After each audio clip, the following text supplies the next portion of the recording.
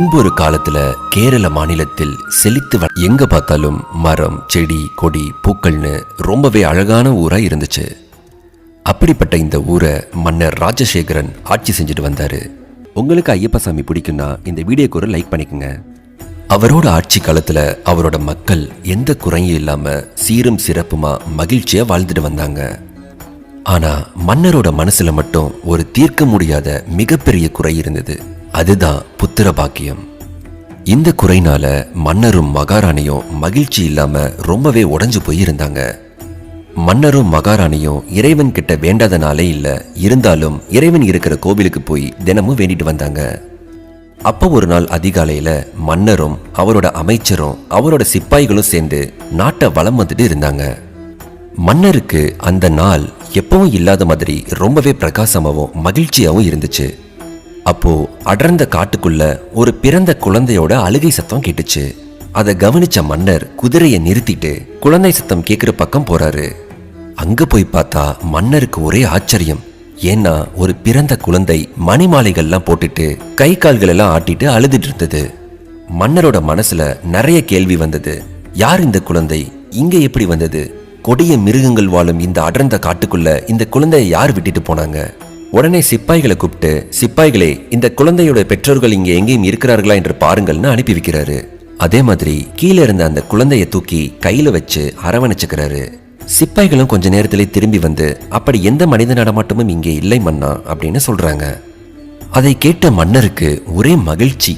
ஆஹா, நான் பிரார்த்தனை பண்ணியதால் ஈசன் கொடுத்த வரம் தான் இந்த குழந்தை அப்படின்னு பக்கத்துல இருக்க அமைச்சர்கிட்ட சொல்றாரு.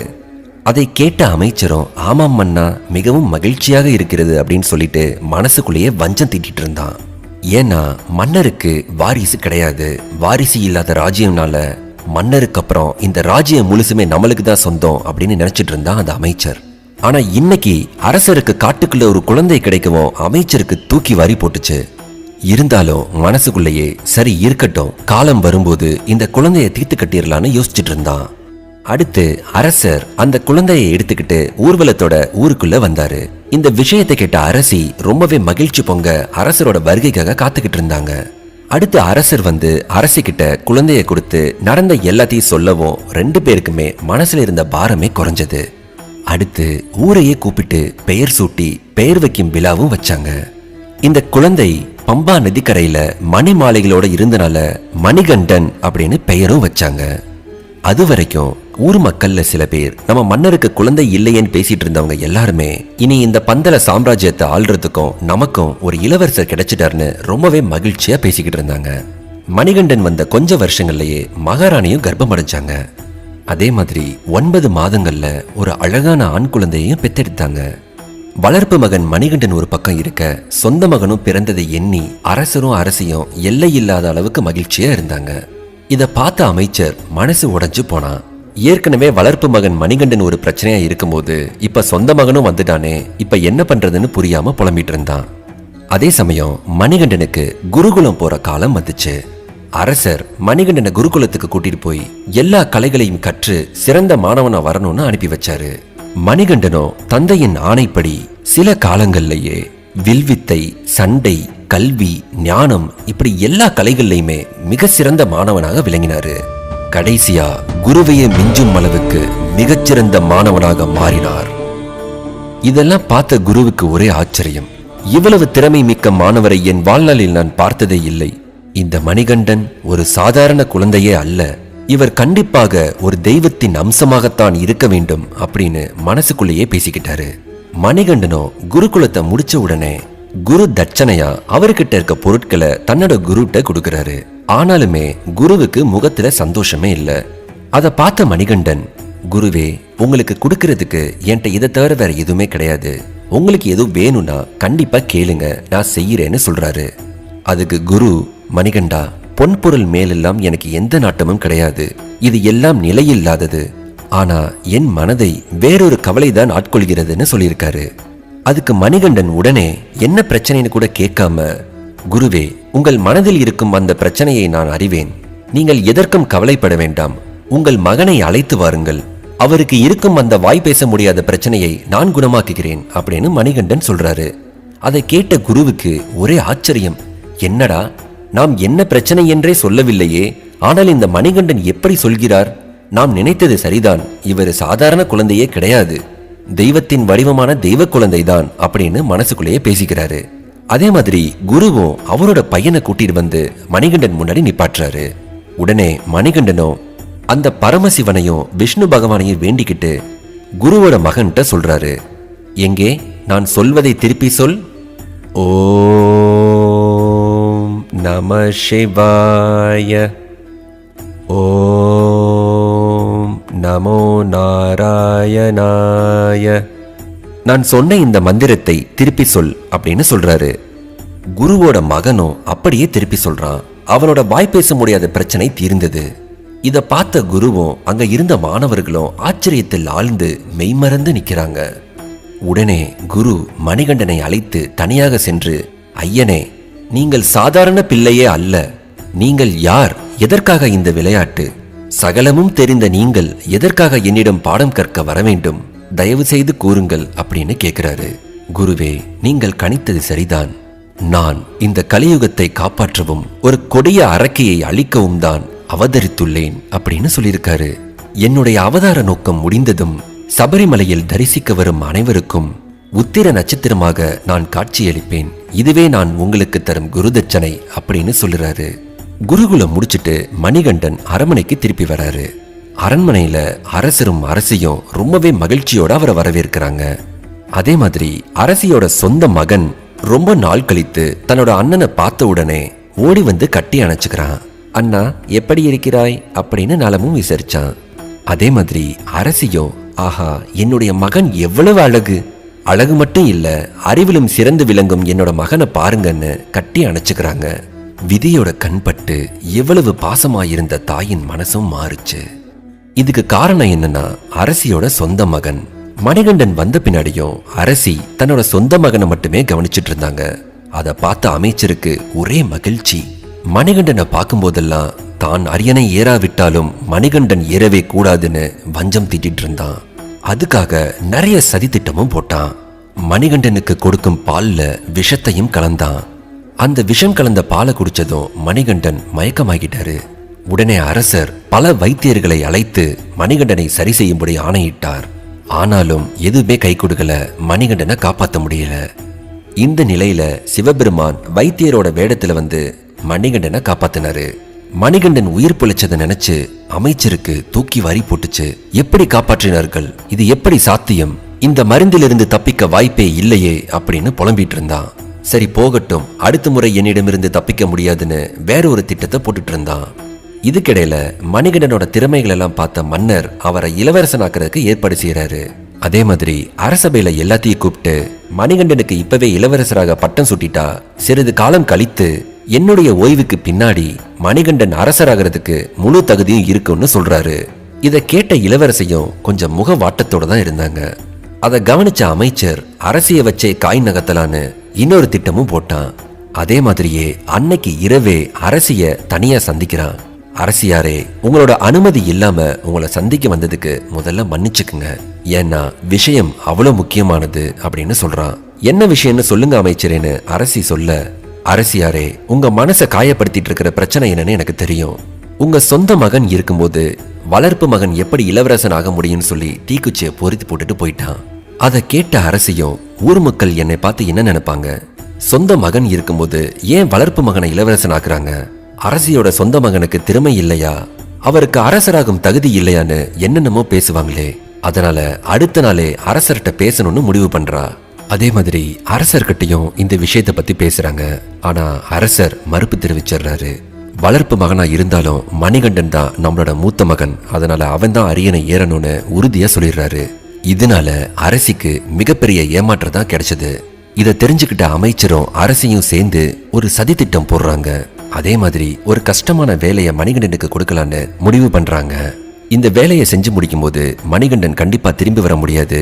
இதனால நம்மளோட மகன் தான் இளவரசன் ஆக முடியும்னு அரசியும் இந்த திட்டத்துக்கு ஒத்துக்கிட்டாங்க. இந்த வேலைக்காக ஒரு வைத்தியருக்கு பணம் கொடுத்து நடிக்கவும் வச்சாங்க. அந்த திட்டத்தின்படியே அரசி உடம்பு முடியாத மாதிரி பொய்யா நடிக்கிறாங்க. அதே மாதிரி அரசிக்கு தீர்க்க முடியாத தலைவலி வந்துருச்சு. இந்த தலைவலியை சரி பண்ணணும்னா புலிப்பாலை கொண்டு வரணும். அது மட்டும் இல்லாம இந்த புலிப்பாலோட சேர்த்து சில மூலிகைகளையும் கலந்து அரசிக்கு கொடுத்தா மட்டும்தான் இது சரியாகும்னு சொல்றாரு. வைத்தியர் சொன்ன இந்த விஷயத்தை கேட்டதும் அரசருக்கு மனசுடைஞ்சு போயிருச்சு. ஏன்னா காட்டுல வாழ்ற புலியோட பாலை யார் கொண்டுட்டு வருவா, அது எப்படி சாத்தியம்னு யோசிச்சுட்டு இருக்காரு. அதை கேட்ட மணிகண்டன் அம்மாவோட தலைவலியை போக்குறதுக்கு நானே போறேன்பான்னு அரசர்கிட்ட சொல்றாரு. மணிகண்டனோட தெளிவான பேச்சையும் தீர்க்கமான பார்வையையும் பார்த்த அரசர், மணிகண்டா, உன்னோட திறமை மேல எனக்கு நம்பிக்கை இருக்கு, இருந்தாலும் நீ ரொம்ப கவனமா இருக்கணும், நீயும் ஜாக்கிரதையா திரும்பி வரணும்னு சொல்லி மன்னர் அவரை காட்டுக்கு அனுப்புறதுக்கு ஒத்துக்கிறாரு. இதை கேட்ட அமைச்சரும் அரசியும் ரொம்பவே மகிழ்ச்சியா இருந்தாங்க. மன்னர் ஒரு மிகப்பெரிய சிவபக்தர். அதனால காட்டுக்கு மணிகண்டன் அனுப்புறதுக்கு முன்னாடி ஈசனை வணங்கிட்டு ஒரு பையில முக்கன் தேங்காயையும் சில உணவுப் பொருட்களையும் வச்சு இருமுடியா கட்டி மணிகண்டன் கொடுத்து வழி அனுப்புறாரு. அதே சமயம் மணிகண்டன் அவதாரம் எடுத்ததற்கான நோக்கத்துக்கு நேரமும் வந்துச்சு. ஏன்னா மணிகண்டன் மகிஷாமுகி அப்படிங்கிற அரக்கியை அழிக்கிறதுக்காக தான் இந்த அவதாரமே எடுத்தாரு. இந்த மகிஷாமுகி ஒரு அசுர குலத்தோட தலைவி. அவ ரொம்பவே கொடூரமானவ, பார்க்கவே பயமுறுத்துற மாதிரி கோரமான முகத்தை கொண்டிருப்பா. ஆனா அப்படிப்பட்ட அவளுக்கே ஒரு பயம் வந்துச்சு. அதுக்கு காரணம் என்னன்னா, அரக்க பிரதிநிதிகள் ஒவ்வொருத்தரா இறந்தாங்க. அப்படி இறந்தவங்கல்ல முக்கியமான ஒருத்தவன் தான் மகிஷாமுகியோட அண்ணன் மகிஷாசுரன். இதுக்கு பழி தீக்கிறதுக்காகவே தன்னோட பலத்தை பெருக்கிறா. இதுக்காக பிரம்மதேவன் கிட்ட கடும் தவம் இருக்கிறா. அவ வரத்தோட நோக்கம் என்னன்னா, அழிவே இல்லாத தேவர்கள் மாதிரி அரக்கர்களும் நெடுங்காலம் வாழ வேணும், இந்த உலகம் முழுக்க தன்னோட ஆட்சி தான் இருக்கணும்னு நினைச்சா. அவளோட கடும் தவத்தால ஏற்பட்ட வெப்பம் பிரம்மலோகத்தையே தாக்குச்சு. இதுக்கு மேலையும் மகிஷமுகிக்கு காட்சி அளிக்கலைன்னா பிரம்மலோகத்துல வெப்பம் தாக்கு பிடிக்க முடியாதுன்னு சொல்லி பிரம்மதேவன் வரம் கொடுக்கறதுக்காக மகிஷமுகியோட முன்னாடி தோன்றினாரு. மகிஷமுகி, உன் கடும் தவத்தால மனம் மகிழ்ந்து உனக்கு வரம் கொடுக்க வந்திருக்கிறேன், கண் திறந்து பாருன்னு சொல்றாரு. பிரம்மதேவா, எனக்கு காட்சி கொடுத்ததற்கு நன்றி. எனக்கு சில கோரிக்கைகள் உள்ளன, அதை தாங்கள் தான் நிறைவேற்ற வேண்டும்னு சொல்றா. அது என்னவென்றால், தேவர்களைப் போலவே எங்களுக்கும் சாகா வரம் வேண்டும் அப்படின்னு கேக்குறா. அதுக்கு பிரம்மதேவனோ மறுப்பு தெரிவிச்சு, அப்படி ஒரு வரத்திற்கு சாத்தியமே கிடையாது, இந்த பூமியில் பிறந்த எந்த உயிர்களும் மரணத்தை சந்தித்தே தீர வேண்டும், அதனால் நீ வேறு வரம் கேள் அப்படின்னு சொல்றாரு. பிரம்மதேவா, தேவர்களைப் போலவே நாங்களும் சாகா வரம் பெற்று இவ்வுலகில் வாழ விரும்புகிறோம்னு மறுபடியும் அவ கேட்கும்போது, சரி, உனக்கு வேறு ஒரு வரம் தரேன். அது என்னன்னா, நீ எப்போ யாரால இறக்கணும்னு நினைக்கிறாயோ அவர்களால் மட்டுமே நீ இறப்பதற்கு உனக்கு வரம் தரேன் அப்படின்னு சொல்றாரு.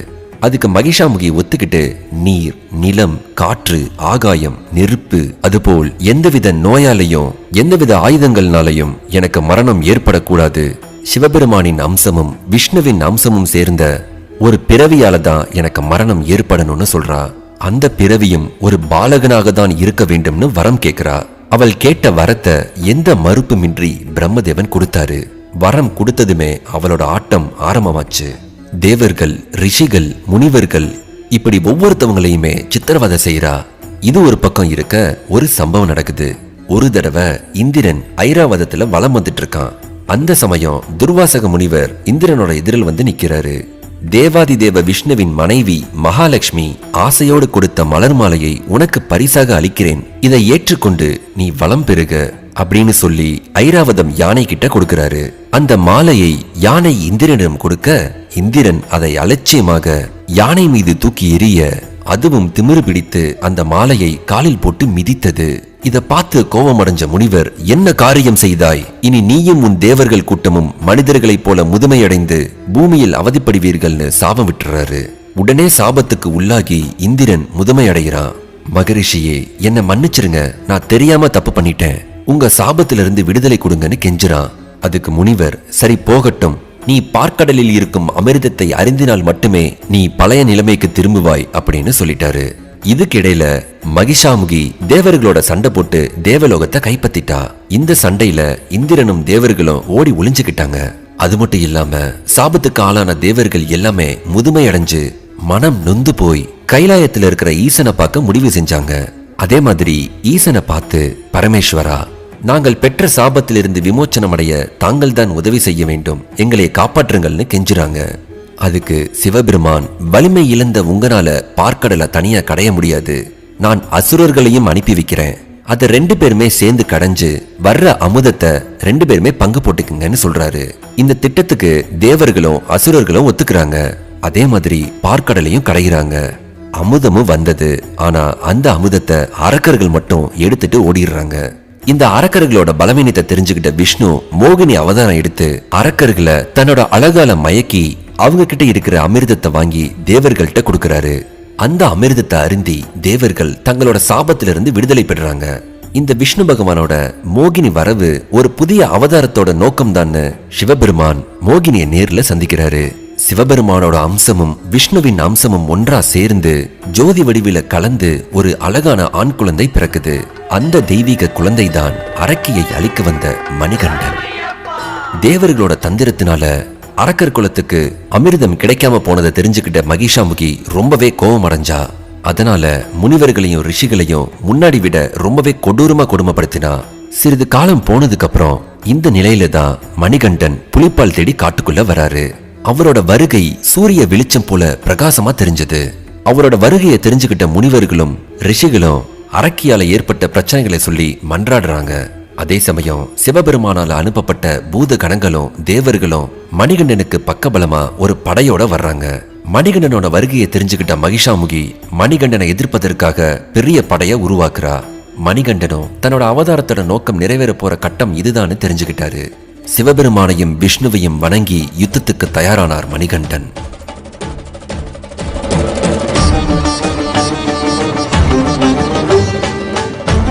கடும் யுத்தம் நடக்குது. யுத்தத்தோட முடிவுல மகிஷாமுகியோட உடல் கீழே விழுகுது. அவள் எழுவதற்கு முன் மணிகண்டன் அவள் மீது ஏறி கோர தாண்டவம் ஆடி அவளை அழித்தார். மகிஷாமுகி அரக்கியின் உடல் மிகவும் பெரியது. இப்படியே விட்டால் இவள் உடல் இன்னும் பெரிதாகி சூரிய சந்திரனின் ஒளி இந்த பூமியை மறைத்துவிடும் என்று எண்ணி மணிகண்டன் மகிஷாமுகியின் உடலை பாதாளத்தில் தள்ளி கற்களை போட்டு மூடினார். அப்படி கற்களால மூடி மகிஷமுகியை புதைத்த இடம்தான் இன்றைக்கு கல்லிடம் குன்றுன்னு அழைக்கப்படுது. மணிகண்டனின் யுத்தத்தை காண காளையோடு வந்தார் ஈசன். அந்த காளையை பக்கத்தில் ஒரு மரத்தில் கட்டி வைத்தார். அதனாலதான் இன்னைக்கும் அந்த இடம் காளை கட்டின்னு அழைக்கப்படுது. மகிஷாமுகி மேல மணிகண்டனோட பாதம் பட்டனால சாபத்திலிருந்து விடுபட்டால் லீலாவதி. சாப விமோச்சனம் பெற்ற லீலாவதி மணிகண்டனை வணங்கி, இனி நான் உங்களுக்கே அடிமை, நீங்கள் என்னை திருமணம் செய்து கொள்ளுங்கள்னு கேட்கிறா. அதற்கு மணிகண்டன், மன்னிக்கவும், உங்களின் எண்ணம் நிறைவேறாது. இந்த அவதாரத்துல நான் பிரம்மச்சாரியாக தான் இருக்க போகிறேன். ஆனாலும் உனக்கு ஒரு வாய்ப்பு இருக்கு. எனக்குன்னு ஒரு கோவில் கட்டப்படும். அங்கு என்னை தரிசிக்க லட்சக்கணக்கான பக்தர்கள் வருவாங்க. ஒவ்வொரு ஆண்டும் என்னை தரிசிக்க முதல் முறையாக மாலை போடும் கன்னிசாமிகள் வருவாங்க. அப்படி எந்த வருஷத்துல புது கன்னிசாமிகள் வரலையோ அப்ப நான் உன்னை திருமணம் செஞ்சுக்கிறேன்னு சொல்லிடுறாரு. அதே சமயம் என்னோட கோவிலுக்கு பக்கத்திலேயே உனக்கும் ஒரு கோவில் கட்டுவாங்க. உன்னையும் மாளிகைபுரத்து அம்மன் மஞ்சள் மாதா கன்னிசாமின்னு அழைப்பாங்க. என்னை வழிபட வரும் பக்தர்கள் உன்னையும் தரிசிப்பாங்க.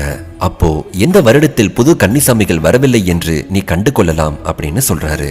அதுக்கு லீலாவதி, எனக்கும் ஒரு கோவில் அமைத்து என்னையும் வழிபட செய்த உங்களை வணங்குகிறேன்னு சொல்றா.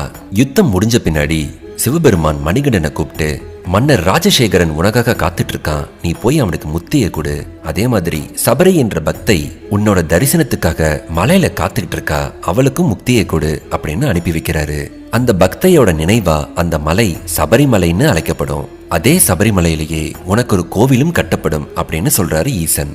அடுத்து மணிகண்டன் இந்திரனை சந்தித்து, இந்த சம்ஹாரம் மட்டும் இல்லாம இன்னொரு கடமையும் எனக்கு இருக்கு. என்னோட தாய் அங்க தீராத தலைவலியால துடிச்சுக்கிட்டு இருக்காங்க.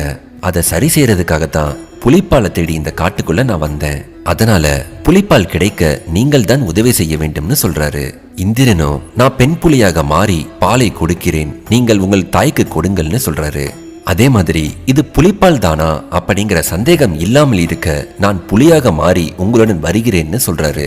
இந்திரன் புலியாக மாறினதுக்கு அப்புறம் இந்திரன் மேல ஏறி ஐயப்பன் அரண்மனைக்கு வராரு. அதோட தேவர்களும் புலியா மாறி மணிகண்டன் பின்னாடியே வர்றாங்க. இந்த காட்சியை பாக்குற எல்லாருக்குமே பயங்கர ஆச்சரியம். மன்னர் ராஜசேகரன் மணிகண்டன் திரும்ப வந்ததை பார்த்து பெருமகிழ்ச்சி அடைகிறாரு.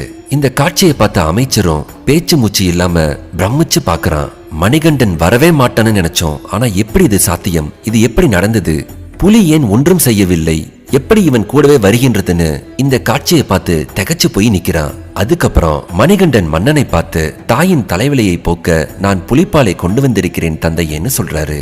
அதே மாதிரி இந்த பால் பத்தவில்லை என்றால் நான் கூடவே புலிகளையும் கூட்டி வந்திருக்கிறேன், நீங்கள் எவ்வளவு வேண்டுமானாலும் கறந்து கொள்ளலாம்னு சொல்றாரு. அதுக்கு மன்னர் மணிகண்டனை பார்த்து, நீங்கள் கடவுளின் அவதாரம் என்று உணர்கிறேன், நாங்கள் ஏதும் தவறு செய்திருந்தால் எங்களை மன்னியுங்கள் அப்படின்னு கேட்கிறாரு. அதுக்கப்புறம் அரசிக்கிட்ட போய், உன் தலைவலியை குணம் செய்ய புலிப்பாலை கொண்டு வந்திருக்கும் நம் குழந்தையை பார் அப்படின்னு சொல்றாரு. இதை கேட்ட அரசி வியந்து போய் பாக்குறாங்க. உடனே தன்னோட தவறுகளை உணர்ந்து மணிகண்டனோட காலில் விழுந்து வணங்குறாங்க. அதே சமயம் தன்னை மன்னிக்கும்படி வேண்டி கேட்டுக்கிறாங்க. அதற்கு மணிகண்டன், தாயே, நீங்கள் போய் என் காலில் விழலாமா? என்னை 12 வருடங்கள் வளர்த்து என் அவதார நோக்கம் நிறைவேற உதவியாய் இருந்ததே நீங்கள் தானே. இதற்கு நான் உங்களுக்கு என்ன கைமாறு செய்ய போகிறேன் என்றே தெரியவில்லை தாயே அப்படின்னு சொல்றாரு. அதுக்கு அரசி, சரி மணிகண்டா, உன் அவதார நோக்கம்தான் முடிந்து விட்டதே, நீ என் கூடவே இருந்து விடு அப்படின்னு கேக்குறாங்க. அதற்கு மணிகண்டனோ, இல்லை அம்மா, எனக்கு இன்னும் சில கடமைகள் இருக்கு. எனக்குன்னு பக்தர்கள் வந்து வணங்குவாங்க. அவங்களுக்கு நான் ஒரு இடத்துல இருந்து அருள் செய்யணும். என்னையை தேடி வரும் அவர்களுக்கு நான் வேண்டிய வரங்களை கொடுப்பதே என் கடமை என்றார். அதுக்கப்புறம், தந்தையே, உங்கள் ராஜ்யத்தில் எனக்கு ஒரு இடம் வேண்டும். அங்கிருந்து நான் மக்களுக்கு அருள் செய்ய போகிறேன் அப்படின்னு சொல்றாரு. அதுக்கு மன்னர் ராஜசேகரன், ஐயனே, உங்களுக்கு எவ்வளவு இடம் வேண்டுமானாலும் எடுத்துக்கொள்ளுங்கள், இது என்ன கேள்வி அப்படின்னு சொல்றாரு. அதுக்கப்புறம் மணிகண்டன் தன்னோட அம்பை எடுத்து மலைகள் இருக்கும் பக்கத்துல விடுறாரு.